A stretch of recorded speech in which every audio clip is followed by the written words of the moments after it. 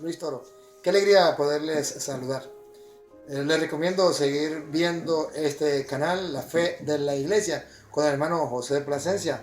De verdad que es bonito cuando buscamos la verdad que Dios nos ha dejado en las Sagradas Escrituras, y este hermano, pues Dios lo ha llamado como a San Pablo para ser testigo de una conversión en la iglesia de Jesucristo y ser testimonio para otras personas para que puedan encontrar el camino del Señor. Que el Señor Todopoderoso les bendiga, ánimo a seguir estudiando las Escrituras y a formarse a través de este canal, La Fe de la Iglesia, con el hermano José Plasencia. Dios les bendiga igual. Dios les bendiga, hermanos. Les habla su hermano y amigo José Plasencia del canal La Fe de la Iglesia.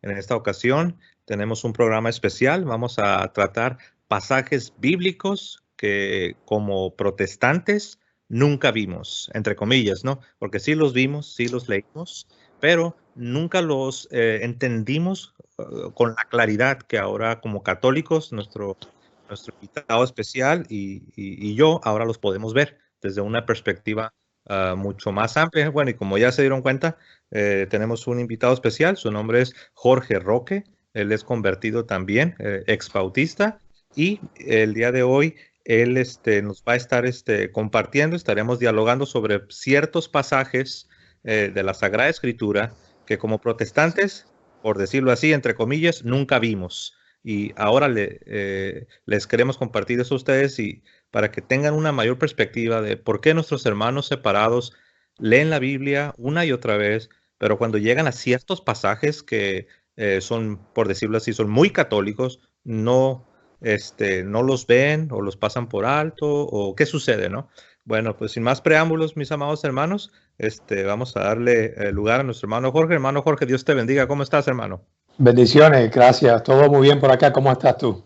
Bien, bien, gracias. Y no lo mencioné, nuestro hermano Jorge nos acompaña desde la hermosa ciudad de Orlando, en el estado de la Florida. Y digo hermosa porque ya la conozco en un par de ocasiones, 2, 3 veces he estado por ahí. Y muy bonito, eso sí. La humedad, ¿cómo les está yendo de humedad por allá? Terrible. En estos días cada vez se está poniendo peor. Ahora empieza el verano y se pone bien fuerte. O sea, ya se está sintiendo ya. Sí. Lo bueno es que en la noche pues baja bastante la temperatura a 65 y demás y refresca un poco.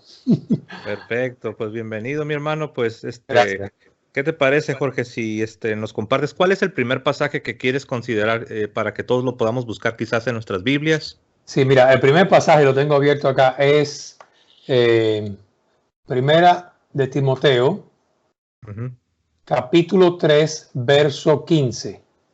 Okay. Y lo voy a leer. A mí me gusta mucho una traducción que se llama La Biblia de las Américas, que es una traducción protestante, pero me parece que es buena esa traducción.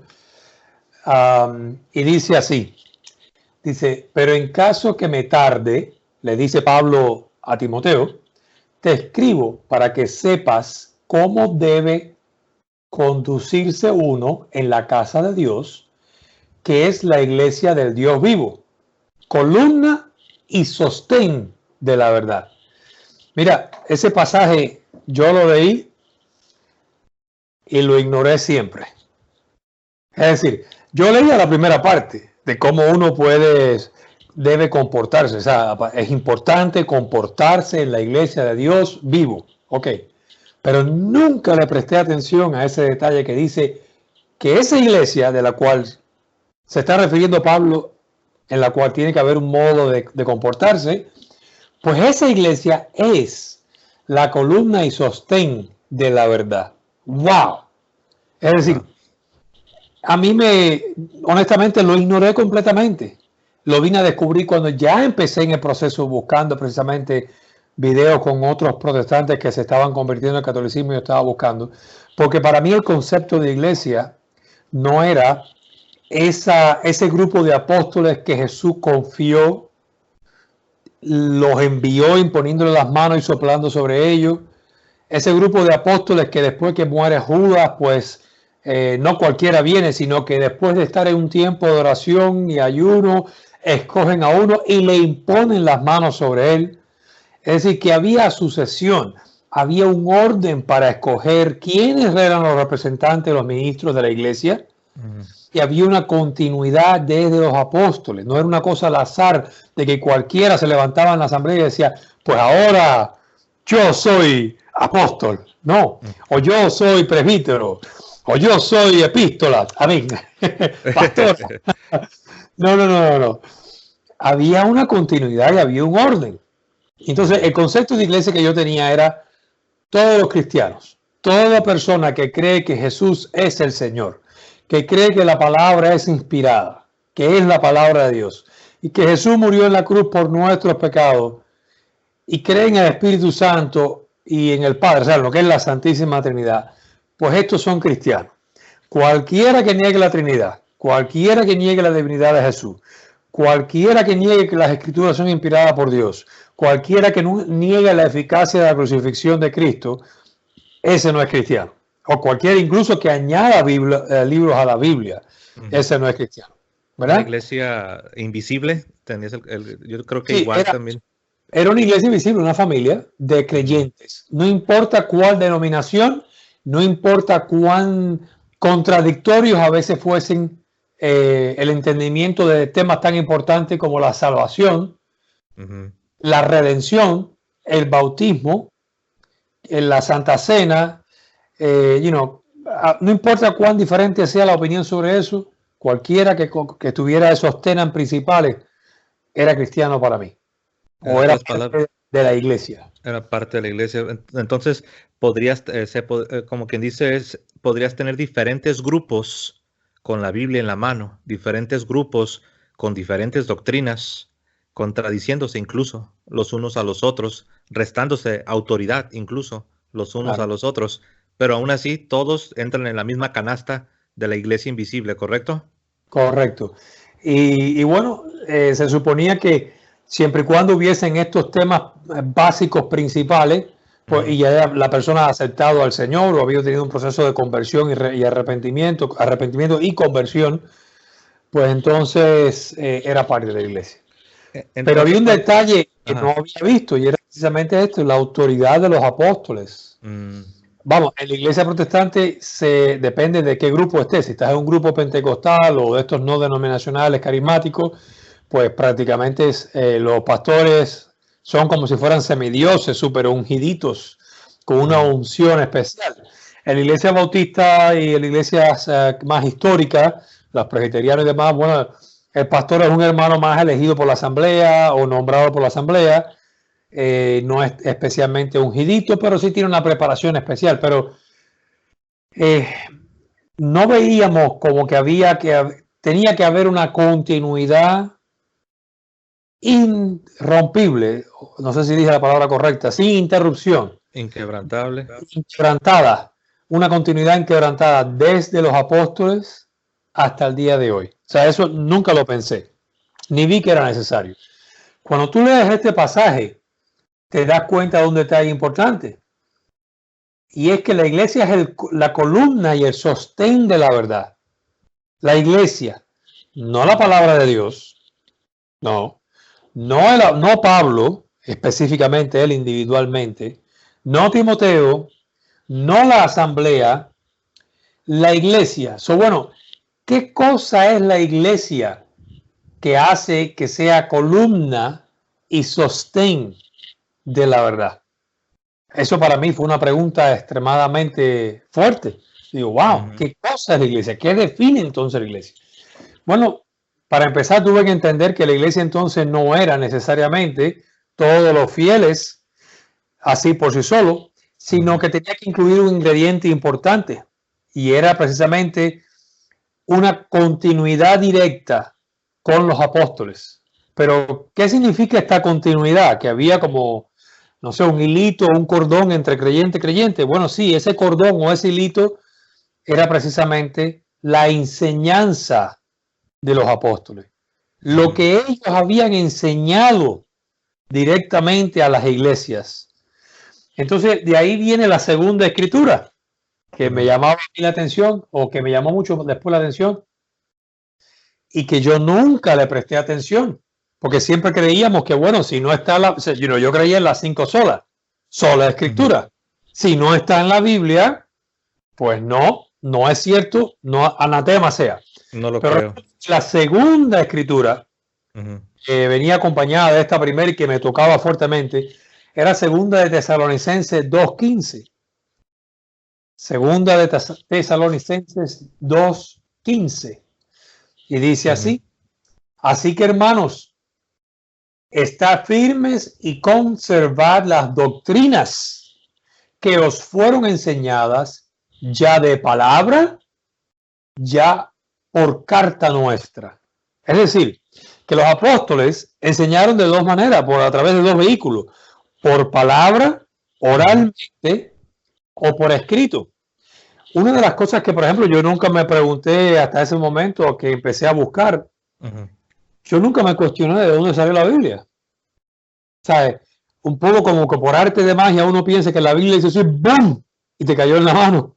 Ujú. Pero resulta que la Biblia se demoró 380 años en aparecer. O sea, los primeros 360, vamos a decir, 360 años, 370 años de Ujú. la vida cristiana o de la iglesia cristiana, no Ujú. existía la Biblia. O sea, existía el canon judío, que, by the way, incluía los deuterocanónicos en aquel tiempo, Ujú.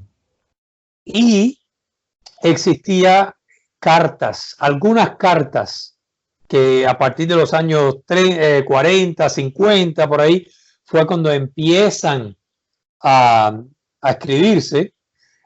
Si mal no recuerdo, Tesalonicense fue la primera carta. ¿Eso es correcto? Corrígeme si Sí, estoy equivocado. no, de hecho sí, creo que la mayoría de los biblistas consideran que la carta a los tesalonicenses fue de las primeras. Fue de las muy primeritas. Bueno, Ujú. pues estamos hablando de que no existía un canon, no existía un Nuevo Testamento. Esto se vino a hacer en el año 380 y algo, 82, 85, si mal no recuerdo. Ujú. Mientras tanto, ¿qué creía la iglesia y cómo la iglesia aprendía? Bueno, aprendía a través de las cartas de los apóstoles, las que habían sueltas, Ujú. pero también aprendían por la tradición apostólica. Y cuando digo tradición, me refiero a esa enseñanza apostólica oral Ahora, que se transmitía a través de los obispos, a través de los presbíteros, a través de los diáconos, de iglesia en iglesia. Y mucha de ellas pues se escribió, y de hecho conocemos de ella no solamente por las enseñanzas directas de la iglesia hoy en día, sino también por los escritos, las cartas de los padres apostólicos o los ujú. padres de la iglesia. Ahí podemos ver en detalle ya lo que es la tradición apostólica, qué era lo que creían los cristianos en los primeros Ujú. 360 años de la iglesia. Ojo, 360 años antes que tuviéramos una Biblia, la cual consideramos palabra de Dios hoy. Este fue otro tema, porque yo consideraba que, tradición, no, tradición, eso es tradición humana. Eso no se le presta atención. Si no está escrito, anatema sea.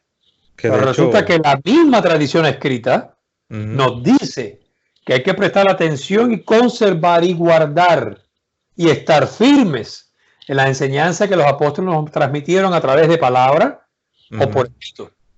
De hecho, ese pasaje que leíste, segunda a los tesalonicenses 2:15, ¿lo puedes leer una vez más, por favor, hermano? Dice así: así que, hermanos, estad firmes y conservad las doctrinas. Ahí.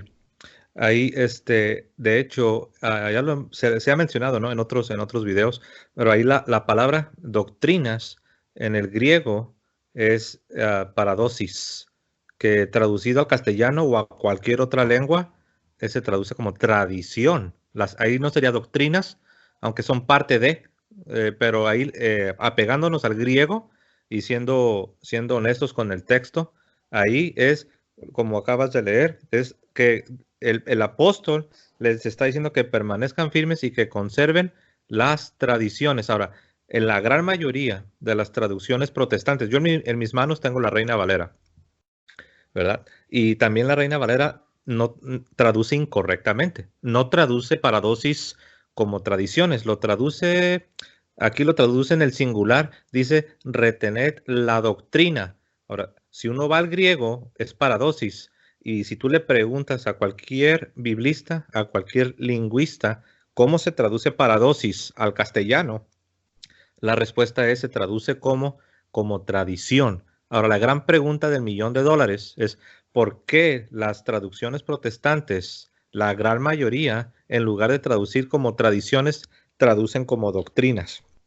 Obviamente, porque quieren ocultar del lector protestante, quieren ocultar la idea, el concepto de tradiciones. Y algo interesante, con esto termino mi comentario antes de darte el lugar, hermano, que si uno hace un estudio de la palabra tradición o paradosis en el Nuevo Testamento, uno se va a dar cuenta de algo muy interesante, porque paradosis puede ser buena, hay tradiciones buenas, o paradosis también puede ser tradiciones malas, tradiciones de hombres que van en contra de la palabra de Dios. Pero ahí te va lo interesante.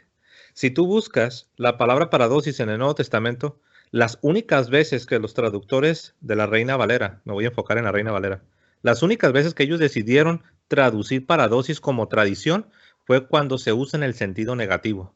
Por ejemplo, cuando Jesús condena a los fariseos por hacer que las tradiciones de ellos estuvieran quebrantando la mismísima palabra de Dios. Y en esos pasajes, sí usan tradición.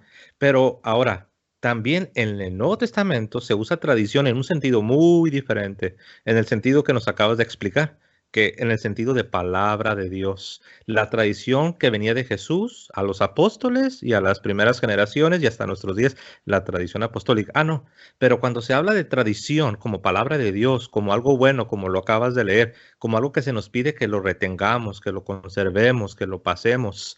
No, ahí ya no quieren usar la palabra tradición. Ahí usan doctrina. Usan doctrina para que en tu subconsciente protestante, doctrina lo relacionas como idéntico a lo que tienes en las páginas de la Biblia. Pero como tú ya lo acabas de explicar, no es idéntico, está relacionado, ¿no? Porque se predicaba, se enseñaba, se catequizaba, era de boca, oral, pero también se escribían cartas. Y no es lo uno o lo otro, sino como los dos. O como dicen algunos, junto con pegado, ¿no? Son las dos cosas. Ojo, hay una cosa importante. Cuando la iglesia empieza a hacer el canon del Nuevo Testamento, porque ya habían miles o cientos de cartas allá afuera y varios evangelios, no habían 4, habían 30 y pico evangelios o más. Vamos, ¿qué fue el criterio? Si no había un Nuevo Testamento y un canon todavía definido, ¿cuál fue? Y habían tantas cartas y tantos evangelios atribuidos a Judas, a Pedro. ¿Qué fue el criterio que usó la iglesia para definir qué libros eran inspirados, cuáles evangelios sí y cuáles evangelios no? Bueno, pues el criterio que usó fue precisamente ese: la doctrina apostólica, la tradición apostólica. Mucha de ella ni siquiera escrita, pero esa continuidad del cuerpo que es la iglesia y de la jerarquía de la iglesia en perfecta concadenación con los apóstoles es lo que podía mantener que el mensaje se mantuviera a través de los años, y entonces se pudiera usar esa doctrina como criterio para discernir qué libros de la Biblia eran inspirados o no. Entonces los protestantes, pues, y yo incluido ahí, nos tragábamos el cuento de la sola escritura. Y punto, la Biblia cayó del cielo, es inspirada. Y de ahí no salíamos. Pero es que habían 360 o 370 años que la iglesia no tenía Biblia. ¿Qué creían esos cristianos? Yo con mucho amor y mucho cariño, yo reto a todo protestante, evangélico, porque yo sé que los evangélicos aman al Señor con fervor, pasión y celo. Yo les reto a ustedes a buscar ¿qué creían los cristianos los primeros 360 años de cristianismo antes que existiera una Biblia? Y usted prepárese, porque se va a llevar una muy grande sorpresa. Tenga paciencia, es un proceso. Duele. A mí me costó mucho. Duele. El shock va a ser fuerte, te lo prometo, hermano. Te va a doler. Sobre todo te va a retar en tu orgullo. Mucho. Sigue buscando y orando. Pero te reto que lo hagas, sé valiente, porque si tú amas a Dios, obediencia media es desobediencia. estar fuera de la doctrina apostólica es herejía. Y tú no quieres eso. Así es. De hecho, hoy en la mañana, para ser preciso, un hermano separado me puso un comentario en el canal, y donde él me dice, ¿cómo crees que la iglesia primitiva es la iglesia católica? ¿Que no te das cuenta que ellos no tenían el Santo Rosario? ¿Que no te das cuenta que ellos todavía no tenían los dogmas? Por ejemplo, tú sabes, algunos de los dogmas de Nuestra Señora fueron definidos, uno en 1950, el otro en 1854. Me dice, ¿qué no te entiendes? Dice, ¿qué no entiendes? Que eso no estaba en los primeros siglos. Y este hermano, yo sé, de hecho pude sentir que era sincero en lo que me estaba diciendo. Pero él está cayendo en el error que yo, José Plasencia, cayó mucho tiempo. Yo iba y buscaba las fechas, ¿no? Que 1854 se definió el dogma de la Inmaculada Concepción. 1950 se definió dogmáticamente el dogma de la Asunción de María. Y yo, en mi ignorancia, lo reconozco ahora, en mi ignorancia yo asumía que esas fechas eran, por decirlo así, era el origen de esas creencias. Y yo ignoraba, porque yo no hacía lo que tú estás recomendando. Yo no estaba estudiando a los padres de la iglesia. Pero cuando yo fui a los padres de la iglesia, me di cuenta que estos dogmas que habían sido definidos ciertamente recientemente ya estaban, la iglesia, por decirlo así, la iglesia estaba impregnada, lo que se conoce como la vida de la iglesia, en sus liturgias, en sus misales, en sus cantos, en sus devociones. Era parte de la vida de la iglesia. Y bueno, mis ojos se fueron abriendo, como dices tú, toma tiempo y duele. Y es ir hay un detalle que nosotros los protestantes no creíamos, no entendíamos, pensábamos que los concilios eran para crear doctrina. Ahora, hoy en día, tú y yo sabemos que los concilios no son para crear doctrina. La iglesia no puede crear doctrina. La iglesia solamente puede, a través de los concilios, confirmar una doctrina que siempre se creyó, pero que alguien está poniendo en juicio, está siendo severamente atacada. La iglesia tiene que decir al resto de la comunidad, hey, esto siempre fue parte de la doctrina de la iglesia, es dogma. Pero la iglesia, ni el Papa, ni nadie puede inventar doctrina, ni sacarse de la manga. Oye, ahora en adelante, ahora creemos en eso. Nadie puede hacer eso.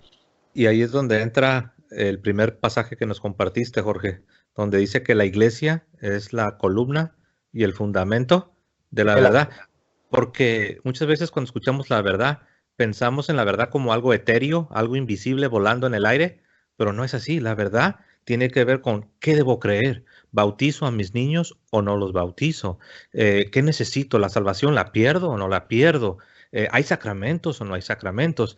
Todo este paquete de doctrinas, por así decirlo, este paquete de doctrinas, estas doctrinas que son algo muy, muy específico, no estamos hablando de cosas invisibles. ¿Quién las tiene? ¿Quién me las va a enseñar? Yo quiero tener la certeza. Entonces, el pasaje que tú nos compartiste, Jorge, que dice que la iglesia es el fundamento y la columna de la verdad, perdón. La pregunta obligada que todo hermano separado se debe hacer es, ok, la pregunta es, ¿cuál iglesia? Porque si voy con los bautistas, me van a decir una cosa. Si voy con los pentecostales, me van a decir otra cosa. Y todos son inspirados por el Espíritu Santo. Y, entre comillas, ¿no? Aunque sabemos, como tú ya lo dijiste, aunque sabemos que sí son sinceros, pero hay que ser objetivos. No pueden estar siendo inspirados por el Espíritu Santo y contradiciéndose los unos a los otros. Y eso me causó a mí un despertar. Dije yo, es que si yo voy con mi amigo, el pentecostal, que es mi amigo, es un pastor, él me va a decir, no, José, no bautices a tus bebés. Pero si voy con mi vecino, que es metodista, me va a decir, no, José, sí, tienes que bautizar a tus bebés, porque es la manera que ellos van a entrar al pacto. Si no, es como que estás tratando a tus hijos como paganos. Exacto. Entonces, ¿a cuál le creo? Porque los dos son sinceros, los dos tienen Biblia en la mano, los dos aman a Dios. Hay otro detalle que a mí se me ocurre ahora con respecto a tu amigo que decía, bueno, porque esta tradición la iglesia no se definió, podríamos yo lo reto a usar entonces ese mismo argumento, pero ahora en contra de él. Digo, bueno, el canon de la Biblia fue definido en el 385, incluía los deuterocanónicos y los protestantes lo removieron en el 1820 y algo, 20 y algo al 30, 1800. O sea, ni siquiera Lutero se atrevió a remover los deuterocanónicos. So, ¿Qué te hace creer que ahora tú tienes la verdad completa cuando la iglesia primitiva sí tenía los deuterocanónicos y tú no los tienes ahora? Ese es un buen punto, ¿no? Sí, De hecho, aún antes de yo empezar mi proceso hacia la Iglesia Católica, eso que estás diciendo del canon, como protestante, ¿eh? Estoy hablando cuando yo todavía defendía capa y espada el protestantismo, eso que estás diciendo a mí me hizo pensar. Y dije, ¿cómo es posible que si ser protestante es lo correcto, cómo es posible que todavía hasta entrados los 1800 en el siglo XIX, las Biblias que se imprimían incluían todavía lo que llamábamos apócrifos, lo que ahora exacto. sabemos que son los deuterocanónicos? ¿Cómo es posible que por 1800 años todas las Biblias que se han distribuido siempre han contenido estos libros? Y fue hasta el año 1825 cuando una sociedad bíblica del Reino Unido decide que ya no, ya las Biblias que vamos a imprimir, tanto en inglés, porque muchas veces hablamos de esto de las sociedades bíblicas de Inglaterra, ¿no? Y alguien puede pensar, pero eso es en inglés, ¿qué tiene que ver? No, es que ellos controlaban las demás sociedades bíblicas en el globo terráqueo, protestantes, claro. Y eso implica las Biblias Reinas Valeras, eso implicaba las Biblias en italiano, eso implicaba todo lo que tenía que ver con las Biblias protestantes. Y a partir de esa fecha fue que se expulsó, por así decirlo, los libros deuterocanónicos. Y muchos hermanos separados ni siquiera lo saben. Sí, Y bueno. Uh-huh. este tema de la iglesia como fundamento y conservadora de la verdad, el fundamento de la verdad, columna de la verdad, y el tema de las escrituras y de la enseñanza apostólica así no transmitida oralmente, para mí era importante entender esto porque el primer punto que me hizo a mí empezar a aceptar y buscar más hacia adentro del catolicismo fue el aceptar quién era la iglesia o qué es la iglesia, dónde estaba la autoridad apostólica y la sucesión apostólica, quién era este fundamento. O sea, una vez que yo acepté que la iglesia católica era la iglesia de los apóstoles, la iglesia que Jesús fundó, la cual dejó encargada a los apóstoles, la cual los apóstoles eligieron sucesores, la cual tuvo siempre desde un principio promesa de protección y guía. Dios no es un mentiroso para decir, mira, les prometo a ustedes protección, las puertas del infierno no podrán contra ella, les prometo que el Espíritu Santo les guiará a toda verdad, para sencillamente dejarlos en un hueco, en un vacío, hasta que un iluminado en el 1500 no sé cuánto, se le ocurre comenzar una reforma. Come on, come on. No tiene sentido, de verdad que Dios es tan mentiroso que va a dejar a su iglesia por 1500 años, vamos a decir por 1000 años, vamos a decir a partir de Constantino, que es la otra falacia. Aún por 100. Sí, que la iglesia se corrompió cuando Constantino se convierte en el año 320. Bueno, si tú no aceptas que la iglesia tiene autoridad después del 320 porque Constantino se convirtió y entonces empañó todo, bota tu Biblia ahora mismo porque la Biblia fue hecha 70 años más tarde. Está corrompida. La Biblia esa está corrompida, bótala. Mejor vete con un culto o inventa una Biblia nueva. Y otro texto importante que va en concadenación con esto que estábamos mirando es Segunda de Timoteo, capítulo 3, versos del 14 al 17. Búscalo en su Biblia. Segunda de Timoteo, capítulo 3, versos 14 y 17. Voy a leerlo. ¿Quieres leerlo, José? Sí, claro. Ok, lo leo. Segunda Timoteo 3:14. Pero persiste tú en lo que has aprendido y te persuadiste, sabiendo de quién has aprendido. Interesante que dice de quién, no habla de un objeto, habla de personas vivas. ¿De quién has aprendido? Y que desde la niñez has sabido las sagradas escrituras, las cuales te pueden hacer sabio para la salvación por la fe que es en Cristo Jesús. Toda la escritura es inspirada por Dios y útil para enseñar, para redarguir, para corregir, para instruir en justicia. ¿El 17 también o hasta ahí? No, el 17 está bien. A fin de que el hombre de Dios sea perfecto, enteramente preparado para toda buena obra.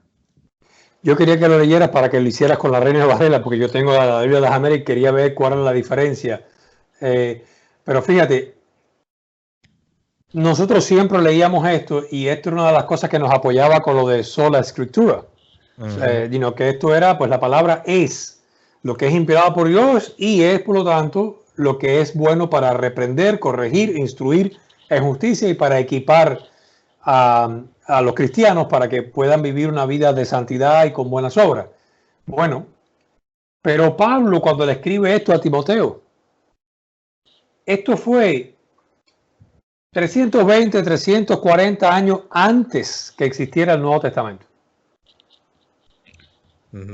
¿De qué escritura se estaba refiriendo Pablo en este momento? ¿A sus cartas solamente?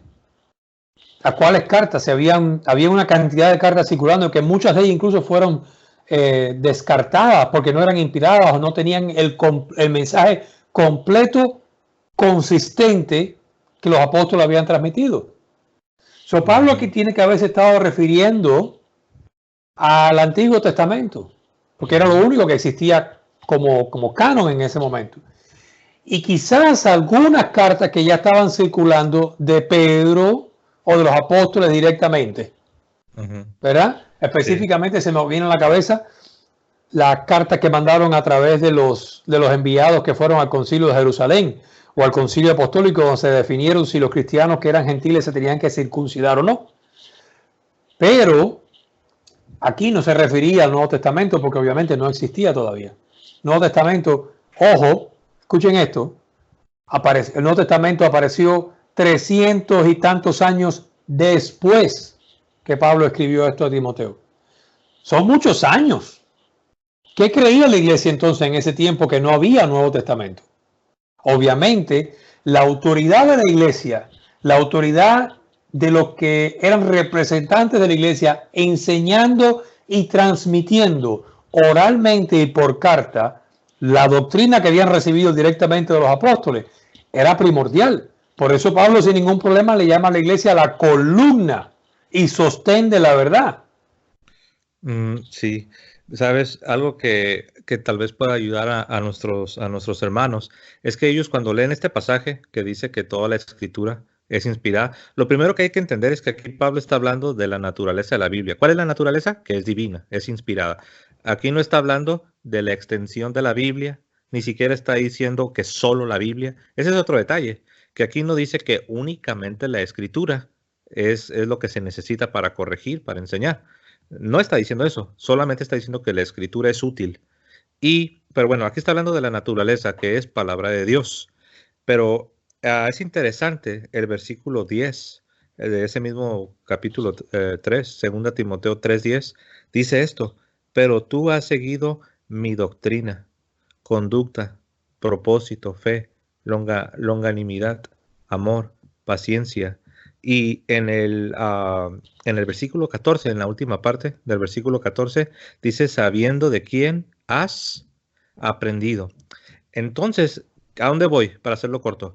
Sí, es la escritura, pero enseñada por la iglesia. Sí es la escritura, pero como le dijo Pablo a Timoteo, sabiendo quién te enseñó, quién te está pasando la interpretación de lo que tú debes guardar, de lo que tú debes proteger.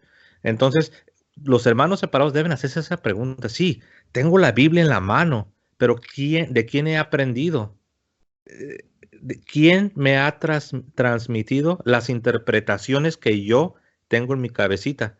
Porque los hermanos separados en su mente tienen, no solamente tienes versículos en tu cabeza, tienes interpretaciones.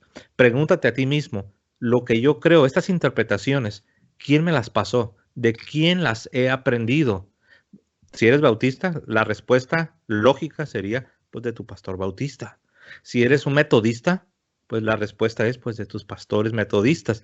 Y ahí entra lo que se le llama el relativismo, que según la denominación que seas, es lo que vas a creer. Pero volviendo, Pablo dice, sabiendo de quién has aprendido, y en el verso 10, pero tú has seguido, y dice Pablo, mi doctrina, no cualquier doctrina de cualquier fulano, no, es la doctrina de la iglesia.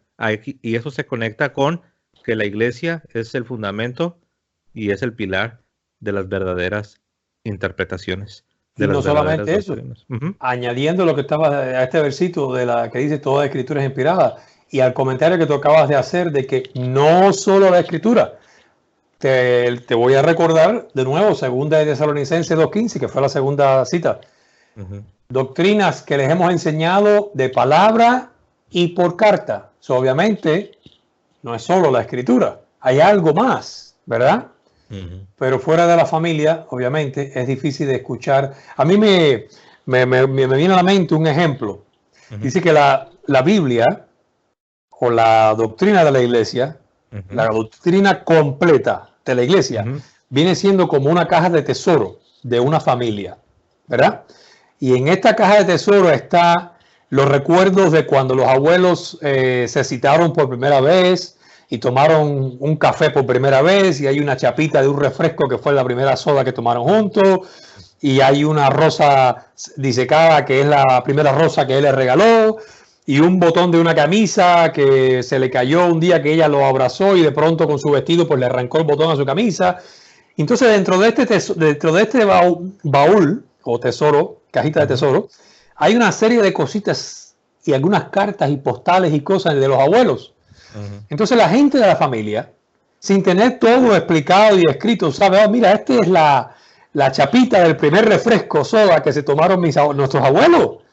Y este es el recibo del primer café que tomaron juntos. Y mira, ¿te acuerdas a Rosa cuando se la dieron a abuela? Pero ahora llega alguien que no es de la familia y no conoce la tradición oral de la familia, no conoce la tradición apostólica y dice, oh, esta chapa de refresco, apócrifa, para afuera. Este botón, ¿qué se le habrá ocurrido a esta gente? Guardan todo, para afuera. Bueno, eso es ser protestante. No conoces la tradición de la familia, no sabes lo que significa el botón, la chapa, la rosa, y empiezas a darle un montón de interpretaciones que no son, que nunca fueron, pero tienen mucho sentido en tu cabeza, ¿verdad? Y construyes toda una doctrina, un sistema de creencia, una nueva tradición para interpretar lo que hay dentro de ese tesoro. Bueno, ese tesoro es la Biblia, es el Nuevo Testamento. La iglesia tenía una tradición oral, tenía una enseñanza apostólica transmitida, cuidada, guardada celosamente por los pastores nominados y enviados por la iglesia, por la jerarquía de la iglesia, con autoridad para atar y desatar. Y ese criterio fue que se usó precisamente para discernir y definir cuáles libros eran inspirados y cuáles no, entre tantos evangelios, entre tantas cartas.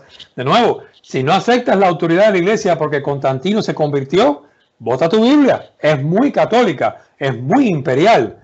Búscate un libro. El de los mormones es una buena. Por lo menos los mormones son más sinceros. Se inventaron una ellos, ¿verdad?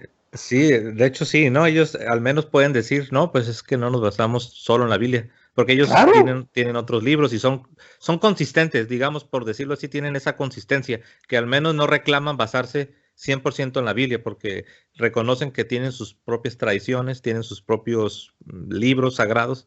Y ¿sabes qué me vino a la mente ahora que te escucho?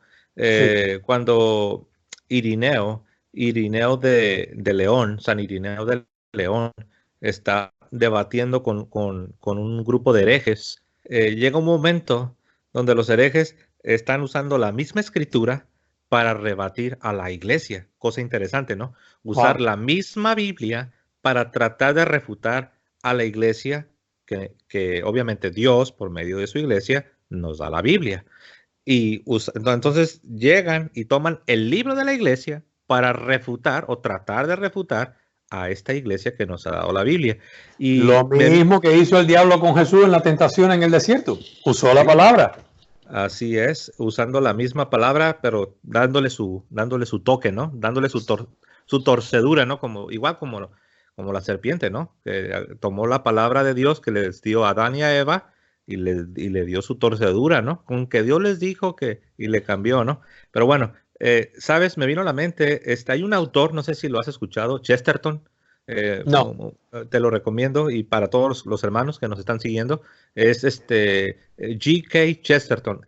G de García, K de Kilo, son las iniciales, G.K. Chesterton. Él tiene una ilustración. Él habla de un hombre, y la voy a decir parafraseada para decirlo rápido. Habla de un hombre que estaba presenciando una procesión católica. Y allá viene la procesión.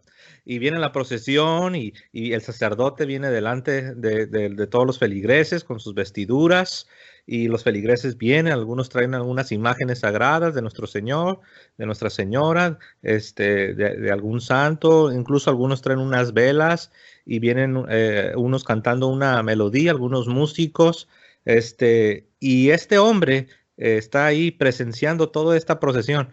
Cuando de repente, nos dice Chesterton, el hombre se lanza corriendo hacia el sacerdote y nota que el sacerdote, entre todas las cosas que trae, sus vestimentas y todo lo que trae, nota que tiene un libro.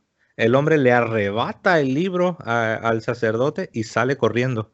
Huye hasta que se encuentra en algún rincón él solo, y se tira, abre el libro que le arrebató al sacerdote y lo comienza a leer.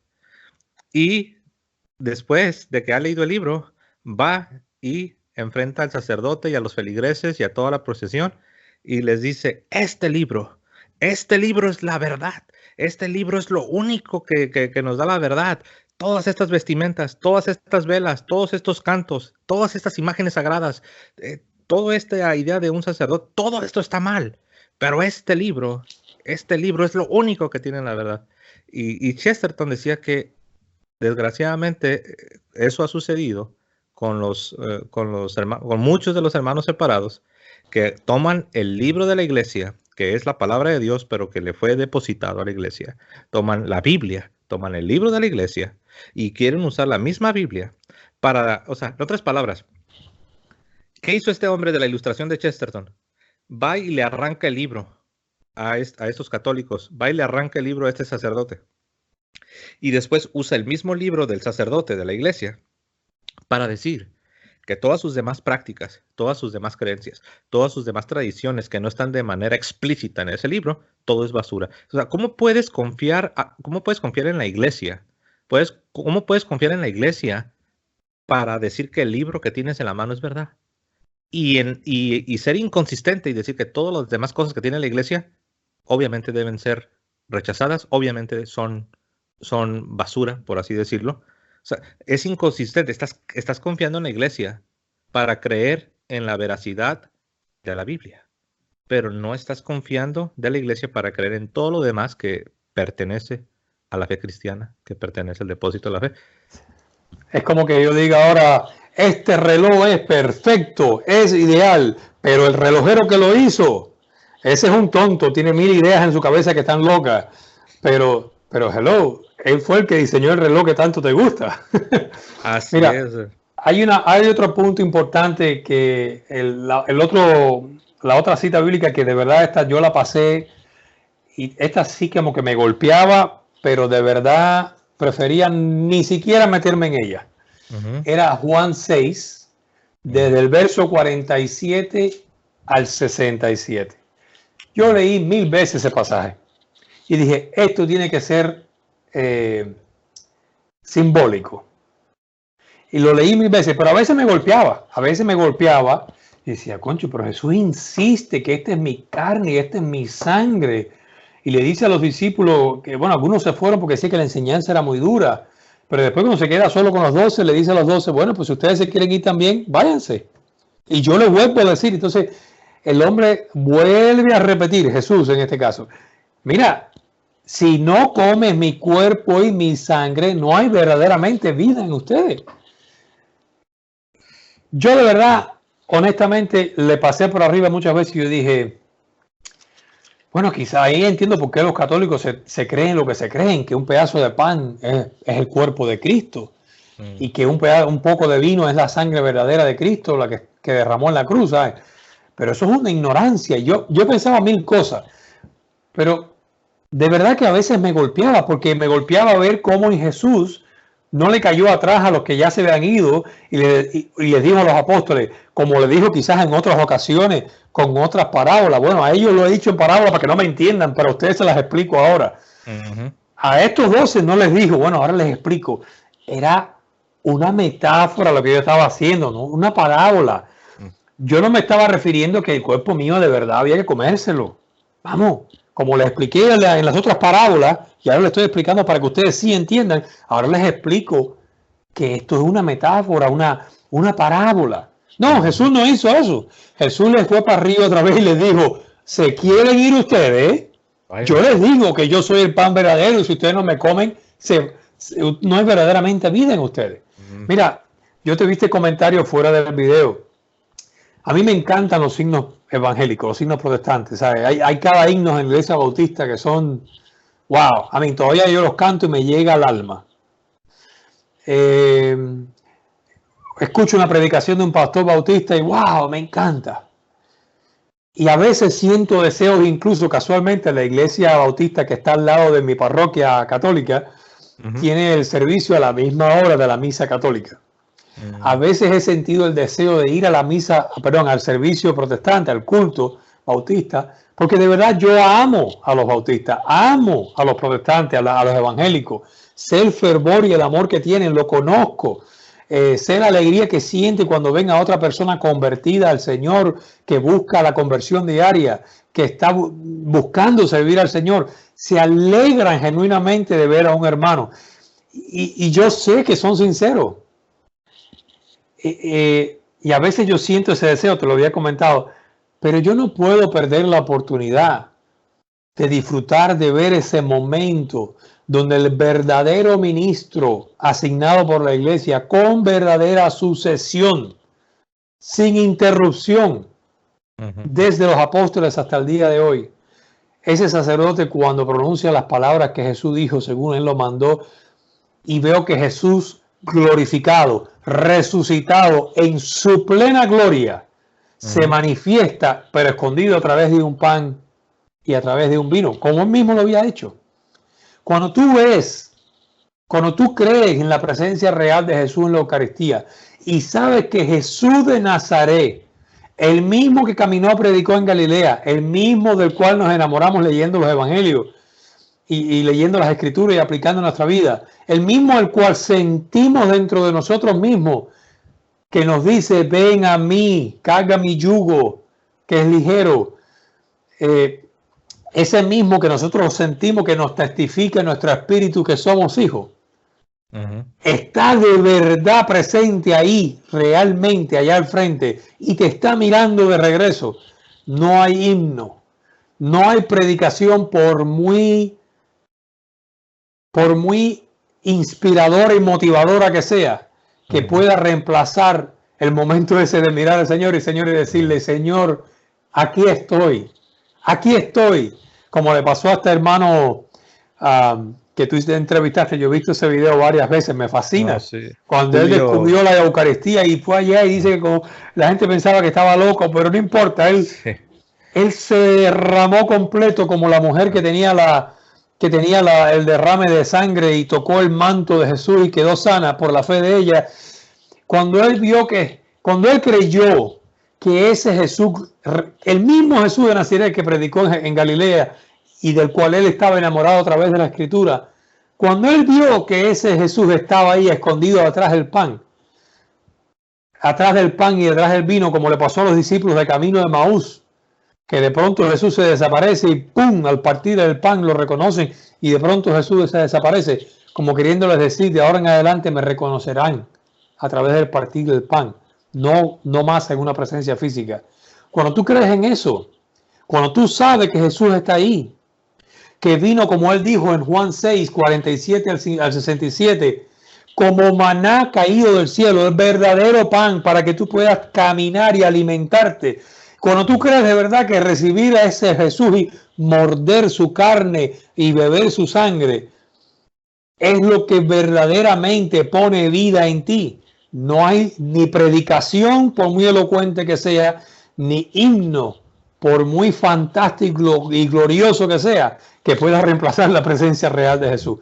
¿Cómo tú puedes? O sea, si usted, hermano evangélico, supiera que en la Iglesia Católica Jesús está de verdad como Él lo prometió todos los días hasta el fin de los tiempos. Si usted supiera eso, mi hermano, usted correría ahora mismo para esa iglesia y no hay nada que te pueda sacar de ahí. Pero toma un proceso, mi hermano. Hay un proceso, pero el día que usted descubra eso y el día que usted vea y Jesús te abra los ojos para verlo, al partir el pan, ahí se acabó tu anticatolicismo, ahí se acabó todas tus doctrinas. Y yo te confieso, yo soy nuevo, yo todavía, además que llevo 1 año y tanto en la Iglesia Católica. Mira, hay cosas que todavía yo no entiendo, que todavía yo las miro desde el punto de vista protestante, porque fueron muchos años.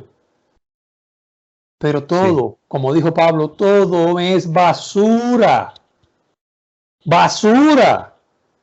No me importa entender nada con tal de que yo pueda ver a Jesús en cada misa y decir, Señor, aquí estoy. Qué bueno que aquí estás, como lo prometió Él. Sin embargo, tú escoges todavía, hermano protestante, hermano separado, hacer lo que hicieron los otros, escandalizarte y irte, porque esta enseñanza es muy dura. Sí, de hecho, yo recuerdo que cuando yo comencé a estudiar, lo primero de lo que yo me convencí, que no lo pude negar, en una buena conciencia no pude negarlo, fue este asunto, esta doctrina de la Eucaristía, porque yo estudié a los padres de la iglesia, Claro. y leyendo a los padres de la iglesia, me di cuenta que ellos no hablaban como hablaba yo, que era un bautista. Ellos realmente, su vocabulario, su lenguaje, sus creencias, sus prácticas, eran católicas. De nuevo, esta mañana yo le recomendé a este hermano separado, de hecho le pregunté, le dije, ¿has leído las cartas de San Ignacio de Antioquía? Y él todavía me dice que sí, sí, se las he leído muchas veces. No. Le digo yo, ¿y no has visto lo que dice ahí de la Santa Eucaristía, que es la carne y es la sangre de Jesucristo? ¿No has leído cuando dice que los herejes se apartaron de la iglesia porque no creían que la Eucaristía era la carne y era la sangre de Jesús? ¿Y no le dijiste que San Ignacio era discípulo directo de Juan y estaba vivo junto con Juan? Sí. Se lo dije, se lo puse en paréntesis, le dije, te recomiendo leer las cartas de San Ignacio, paréntesis, discípulo del apóstol Juan, pero como dices tú, toma tiempo. Yo recuerdo que yo voy a confesar un pecado aquí delante de todos, que yo al principio, según quería demostrar que la Iglesia Católica estaba en error, y yo me metí yo sé que a lo mejor no lo van a creer, pero sí, el hermano José de Plasencia se metía a los canales de YouTube para refutar, entre comillas, para refutar a los católicos, para refutarlos, y yo me ponía, pero la verdad, yo sí llegué a un momento donde me di cuenta que era más mi necedad que mi hambre por la verdad, y yo contradecía, y algo me decía, como dicen, atrás de mi cabecita. Algo detrás de mi cabecita me decía que estos católicos parece que sí tienen algunos puntos, pero al principio yo no quería la verdad. Al principio, ¿sabes qué quería, hermano Jorge? Quería tener la razón. Y ese es un problema que muchas veces los seres humanos tenemos, que muchas veces lo que queremos es tener la razón. Queremos ganar el debate y demostrar que no somos unos ignorantes, no, queremos demostrar que sabemos y te voy a ganar y te voy a humillar, y no es así. Tienes que doblar las manos y decir, ¿sabes qué? Yo quiero la verdad, y si esto es verdad, que así sea, ¿no? Y recordar un poquito de nuestro pasado, yo recuerdo que, por ejemplo, una de las cosas que a mí más me escandalizaba era la autoridad de la iglesia. Yo, en mi anticatolicismo, yo llegué a llamar y a decir y a explicarle a la gente con toda la energía con que yo me ven que hablo hoy en día, igualito, con la misma pasión, yo decía que la Iglesia Católica era un culto, un cult, una secta, porque ellos, en vez de aceptar a los cristianos o ser parte de la iglesia, ellos se creían que eran la única iglesia con la única autoridad. Y para mí eso era un escándalo tal que yo definía, yo creía que la Iglesia Católica, que no todos los evangélicos piensan eso, pero yo sí lo creía, que la Iglesia Católica era una secta, un cult, de los más peligrosos. Yo lo veía al nivel de los testigos de Jehová, en ese sentido, que se creían que eran los escogiditos, los únicos, la iglesia verdadera, y bueno, por ahí, obviamente, desgraciadamente, qué bueno, ese fue precisamente el primer punto que Dios tuvo que trabajar dentro de mí, en probarme, mostrarme, abrirme los ojos a ver la autoridad real de la iglesia. Y para mí fue doloroso. Fue tremendo. Aceptarlo. Mira, ya dentro de la misma iglesia había otro punto ya, y pasando ya al quinto y al último verso que no mirábamos como protestantes, había otro punto que fue el que más, y fue el punto que más me costó trabajo, que fue la virginidad de María, la intercesión de María, María como una parte importante de la vida cristiana. Para mí, mira, yo me acuerdo que yo pasaba por ciertas iglesias. Aquí en Orlando hay una iglesia que se llama María Reina del Universo. Y se ve, cuando tú pasas por el expressway, tú puedes verla así bien grande, con el cartel bien grande, ¿no? Oiga, yo me ponía, era como si un demonio le echaran agua bendita. Yo me ponía tan bravo cada vez que yo pasaba frente a esa iglesia católica que decía María Queen the Universe. Y yo me acuerdo que siempre tenía a mi esposa al lado y yo decía, estos católicos son unos idólatras. Y me ponía furioso de que ellos llamaran a la Virgen María Reina del Universo. ¿Qué cosa es eso? O sea, era un insulto tan grave para mí cuando yo veía María. Claro. Todo comienza con una cosita, ¿no? Cuando tú te das cuenta. Por ejemplo, para mí fue importante el descubrir un detalle que estaba oculto, pero bien patente. Te interrumpo, hermano, para abrir un paréntesis antes de que vayas a ese punto que te despertó. ¿Podrías compartir con todos nuestros hermanos cuál es la razón por la que sentías ese celo cuando escuchabas esos títulos de María, Reina del Cielo y cosas, para que nuestros hermanos puedan entender? Yo lo entiendo, yo me identifico completamente, porque uno siente que eso es como que una idolatría. Yo lo veía como idolatría. Ajá, y es como quitarle gloria a Jesucristo, como que si fuera María compitiéndole a Jesús. Exacto. Primero porque yo veía que Jesús era el Señor del universo, el único rey, el único mediador, y es verdad, sigue siendo así, y que como dice bien claro a través de la Escritura, Dios no comparte su gloria con nadie. ¿Verdad? El ver que le llamaran a María Reina del Universo o le hicieran una oración, para mí era como querer compartir la gloria de Dios con un ser aparte de Dios, o quitarle un título que era exclusivo de Jesús. Era un celo que me mataba. Pero hay puntos, ya después cuando yo empecé a comenzar, hoy en día soy muy amigo de María. Cuando le pedimos a María, lo primero que decimos es lo que el ángel le dijo a María: bendita eres tú entre todas las mujeres. Bueno, eso se lo dijo Isabel, su prima. Pero dijo, saludo María, o Ave María, llena eres de gracia, el Señor está contigo. Eso lo dijo el ángel Gabriel a María. Eso es lo que es la Ave María. Después continuamos con la frase de que su prima Isabel le dice: bendita eres tú entre todas las mujeres y bendito es el fruto de tu vientre. Es decir, estamos diciendo palabra por palabra versos de la Biblia. Y la segunda parte del Ave María es decirle a María: María, Madre de Dios. Sí, María es Madre de Dios. ¿Sabe por qué es Madre de Dios? Es Madre de Dios porque desde un principio de la iglesia hubo una herejía que negaba la divinidad de Jesús, y que Jesús que Jesús era, su naturaleza humana y divina estaban separadas. Y hoy en día sabemos, y era doctrina de la iglesia, que Jesús era 100% hombre y 100% Dios, sin división. Y si María es madre de Jesús hombre, también es madre de Dios, no porque ella sea creadora de Dios, no, sino porque Dios es Jesús, Jesús es Dios, y sus naturalezas no pueden ser separadas. En realidad, el título de María, Madre de Dios, no habla de ella, habla de Jesús, que es hombre y Dios, sin división alguna. La Madre de Jesús, el cual es Dios, ora por nosotros, intercede por nosotros frente a tu Hijo, ahora y en la hora de nuestra muerte.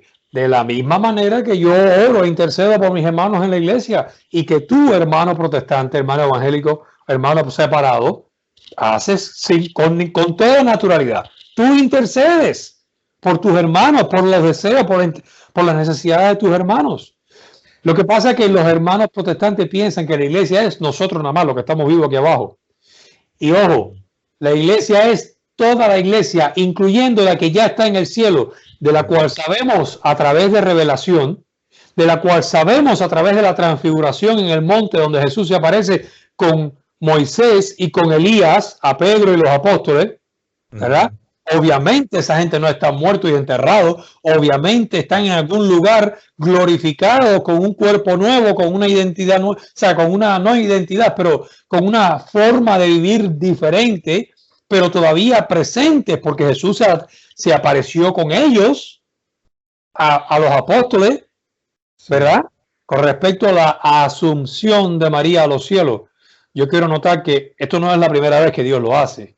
Lo hizo con el cuerpo de Moisés para que no se disputaran con el diablo, se llevara el cuerpo de Moisés. Y lo hizo también con Elías, que se lo llevó con carros y caballos para el cielo. ¿Correcto, hermano? Corrígeme si estoy equivocado.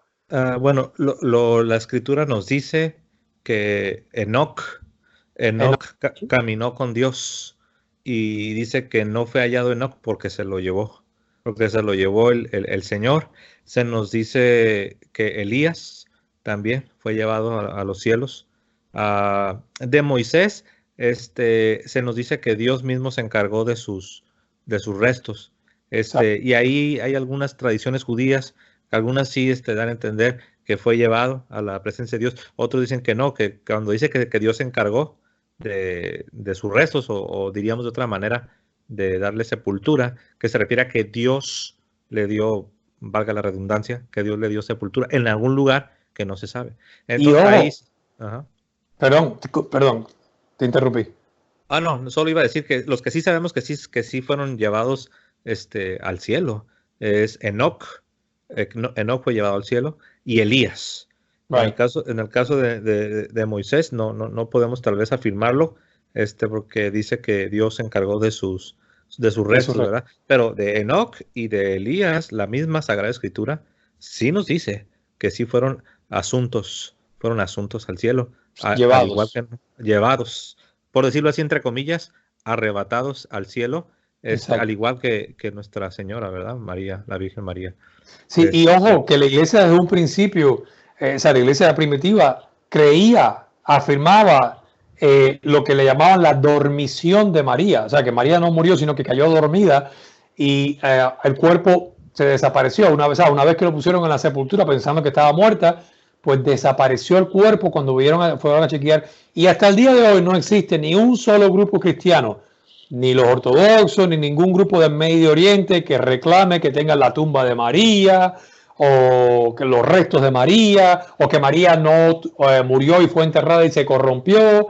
No, todos los cristianos, tanto católicos como ortodoxos, las tradiciones que son milenarias, no los protestantes que empezaron hace 500 años, tradiciones que de verdad vienen en conexión directa con los apóstoles. Ninguno niega. Fíjate que María fue asunta al cielo. Ninguno reclama el cuerpo de María o contradice a la iglesia en cuanto a que María es madre de Dios, por ejemplo.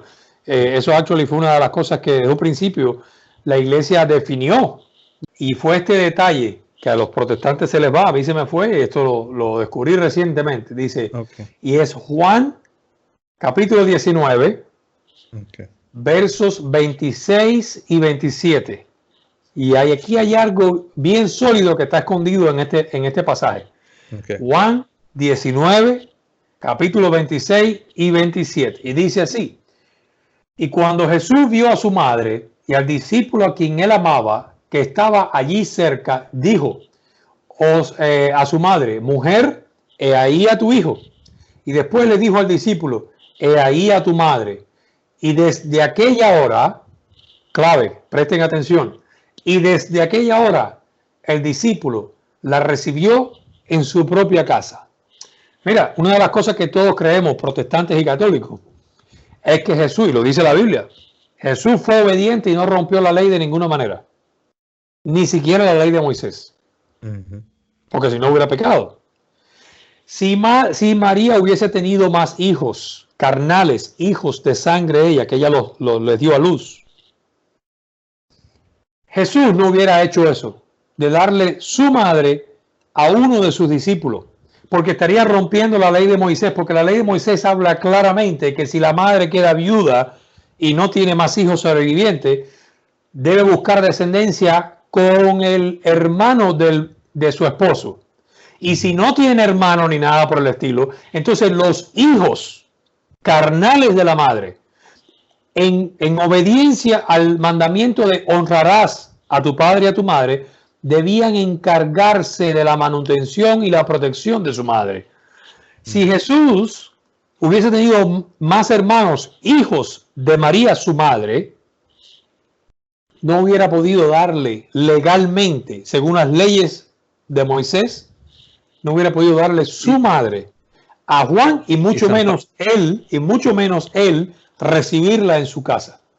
Sí, de hecho eso San Pablo legalmente no era permitido en aquel tiempo. No era permitido, ¿no? Y San Pablo también afirma esto cuando dice que el que no provee para los suyos y los de su casa, dice que es peor que un pagano.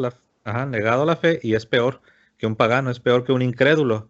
Y en otro pasaje, cuando habla de las viudas, San Pablo le dice a Timoteo, dice, dice que se encarguen los familiares se encarguen de ellas para que no sean carga a la iglesia. Ese siempre ha sido el orden, que la familia se hace cargo de los suyos. Eso es lo dijiste bien cuando dijiste que nuestro Señor honraba a sus padres. Exacto.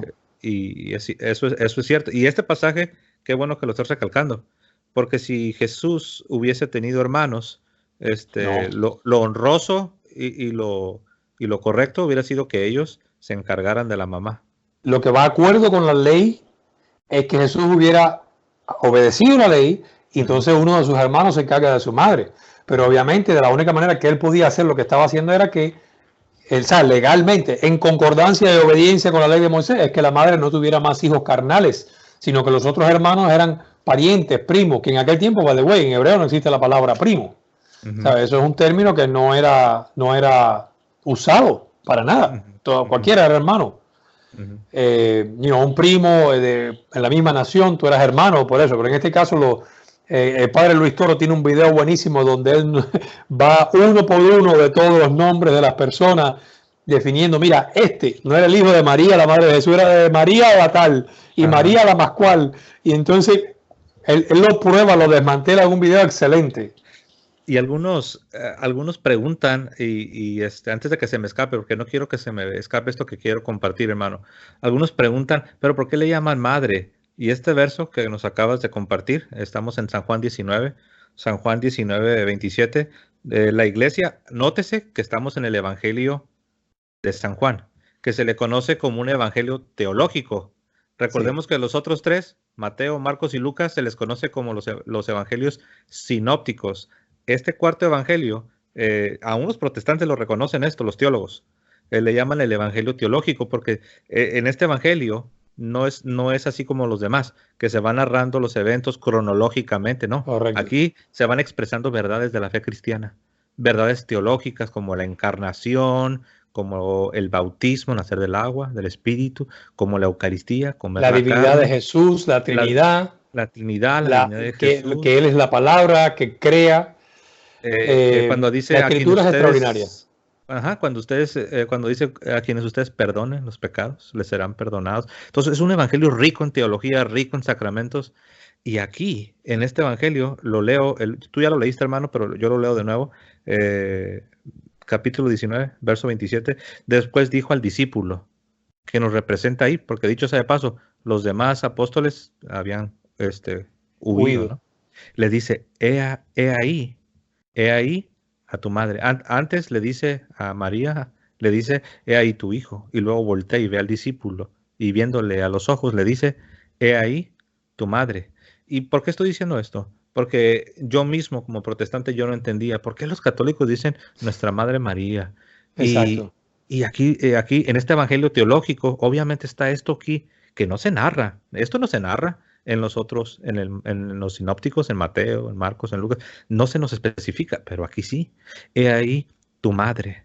Y esto se conecta con lo que enseñaron los discípulos de los apóstoles, que María es la segunda Eva o la nueva Eva. Los La Eva que judíos, obedeció. la Eva que sí obedeció, la Eva que se guardó purísima, y también los judíos llamaban a Eva su madre.